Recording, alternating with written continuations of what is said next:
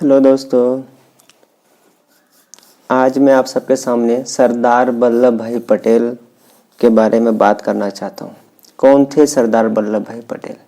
सरदार वल्लभ भाई पटेल, उनका जन्म 31 अक्टूबर 1857 में हुआ और उनका देहांत 15 दिसंबर 1950 में हुआ।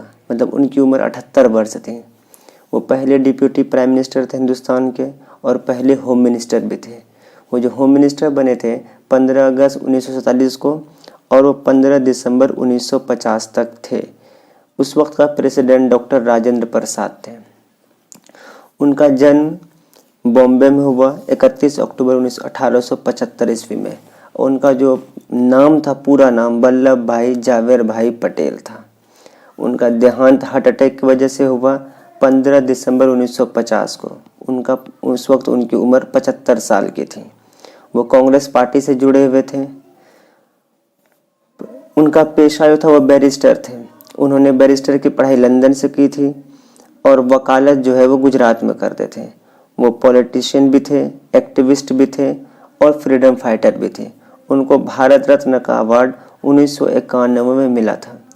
वो महात्मा गांधी जी से बहुत ज़्यादा ही प्रेरित थे और उन्हीं के वजह से उन्होंने जो है ये ब्रिटिश के अगेंस्ट जो लड़ाई लड़ने का काम था, उन्होंने इन सब सत्याग्रहों में कदम रखा।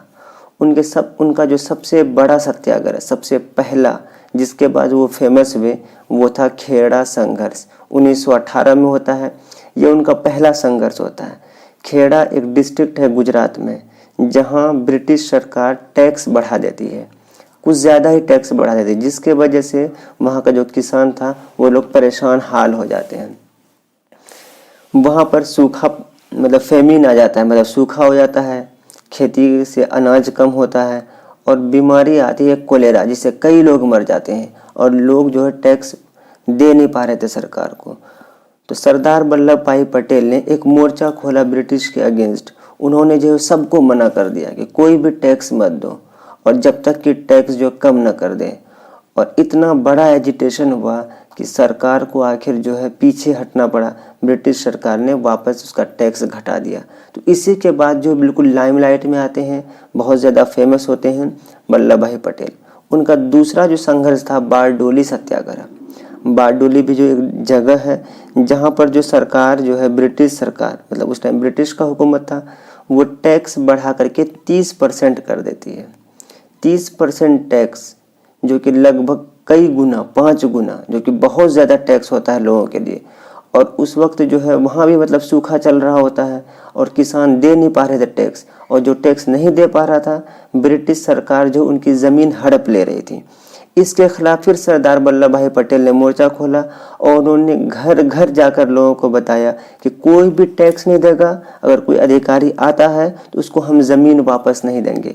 किसानों ने टैक्स देने से मना कर दिया और जिनके घर पे जो पुलिस आती थी ज़मीन हड़पने के लिए, तो वो किसान को वो सरदार जी जो छिपा देते थे। बहुत बड़ा रिवोल्ट हुआ, बहुत बड़ा सत्याग्रह हुआ। उसके बाद फिर ब्रिटिश सरकार को झुकना पड़ा। उन्होंने अपना एक कमीशन बनाया जिसका नाम था मैक्सवेल ब्रूमफील्ड कमीशन। इसके तहत ब्रिटिश सरकार ने वापस से टैक्स कम किया और 6% पे लाया। इसी के बाद जो है बारडोली गांव के जो किसान हैं उनको सरदार की उपाधि देते हैं, क्योंकि उन्हीं के वजह से उनको ये राहत मिली थी। जैसे हिंदुस्तान आज़ाद हुआ तो उसमें दिक्कत ये थी कि पहला प्राइम मिनिस्टर कौन बनेगा। सरदार वल्लभ भाई पटेल खुद वो जो है प्राइम मिनिस्टर बनना चाहते थे, लेकिन गांधी जी की ये इच्छा थी कि पहला प्राइम मिनिस्टर जवाहरलाल नेहरू जी बने। और सरदार वल्लभ भाई पटेल गांधी जी के बहुत बड़े फ़ैन थे। उन्हीं की वजह से उन्हें चुप्पी साध ली और वो जो है पहला प्राइम मिनिस्टर नहीं बने, नेहरू जी को बनने दिया। जब नेहरू जी पहले प्राइम मिनिस्टर बने तो डिप्टी प्राइम मिनिस्टर जो है ये खुद बने और उस वक्त का होम मिनिस्टर भी बने। इंडिपेंडेंस के बाद इनका जो सबसे बड़ा जो कारनामा हिंदुस्तान में हुआ है, हिंदुस्तान को यूनाइट करना। जब हिंदुस्तान आज़ाद हुआ तो 562 ऐसा रियासत था जिसको प्रिंसली स्टेट बोला जाता है, जो उस वक्त हिंदुस्तान में शामिल नहीं हुआ था। वहाँ का लोकल कोई राजा था जो राजा रूल कर रहा था। इन्होंने जो है वीपी मेनन, उस टाइम का एक नेता थे, उनको अपने साथ लिया और वो चले गए सभी के राजा से बात करने के लिए, ताकि जो बात से समझ ले तो उनको हिंदुस्तान में मिलाने के लिए, क्योंकि वो छोटा छोटा एरिया था। तो 562 में से सब ने उनकी बात को मान लिया और सब इंडिया में यूनाइट हो गया।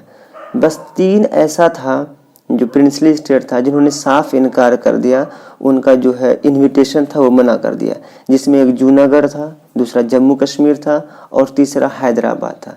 अब जूनागढ़ की बात कर रहे हैं। जूनागढ़ जो एक छोटा सा रियासत था, चारों तरफ वो हिंदुस्तान से घिरा हुआ था और वहाँ का जो राजा था वो बिल्कुल ये बात मानने से इनकार कर गया कि मैं हिंदुस्तान में नहीं मिलना चाहता हूँ। जब सरदार वल्लभ भाई पटेल, उस टाइम के होम मिनिस्टर, इंडियन आर्मी को जो है जूनागढ़ में घुसा दिया, चाहे जैसे भी हो उसको हिंदुस्तान में मिलाना है। तो वहाँ का राजा डर के मारे पाकिस्तान चला गया और जब पाकिस्तान जैसे गया तो 9 नवंबर 1947 को जूनागढ़ भी हिंदुस्तान में शामिल हुआ। उसका फरवरी 1948 में वहाँ के पब्लिक में एक अवामी मीटिंग, जिसको पब्लिक वोटिंग होता है, वहाँ वोट हुआ पब्लिक का कि हिंदुस्तान में कौन रहना चाहता नहीं रहना चाहता है। तो सब जनता वहाँ का जो हिंदुस्तान के फेवर में वोट किया और हिंदुस्तान में शामिल हो गया। दूसरा हैदराबाद सबसे बड़ा एरिया था जो हिंदुस्तान में शामिल नहीं होना चाहता था। हैदराबाद का जो निज़ाम था वो चाहता था एक अपना अलग देश बनाने के लिए और निज़ाम को सपोर्ट कर रहा था पाकिस्तान। जब हैदराबाद का निज़ाम ने भी जो है सरदार वल्लभ भाई पटेल की बात नहीं मानी तो सरदार वल्लभ भाई पटेल ने फिर से इंडियन आर्मी को हैदराबाद में एंटर करवाया। उसके बाद 3 दिन के अंदर निज़ाम को सरेंडर करना पड़ा और कोई वायलेंस नहीं हुआ, ज़्यादा वायलेंस नहीं हुआ। उसको प्रेशराइज किया गया सरेंडर करने के लिए, सरेंडर किया और उसके बाद हैदराबाद में जो इंडिया में शामिल हो गया। तीसरा जो था जम्मू एंड कश्मीर का मुद्दा नेहरू के अंडर में था। नेहरू जी क्या किए थे, इसको इंटरनेशनल लेवल पर इसकी बात लेके चले गए थे।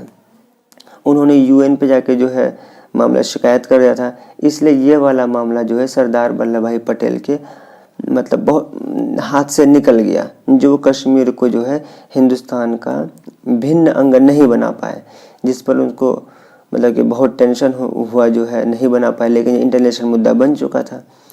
अब लास्ट में हम बैन करते हैं कि सरदार वल्लभ भाई पटेल ने आरएसएस को क्यों बैन किया। दरअसल 30 जनवरी 1948 को गांधी जी का हत्या होता है।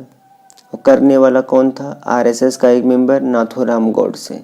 उसके बाद 4 फरवरी 1948 को सरदार वल्लभ भाई पटेल आरएसएस संगठन को बैन कर देते हैं पूरी तरीके से और ये मामला सुप्रीम कोर्ट में जाता है।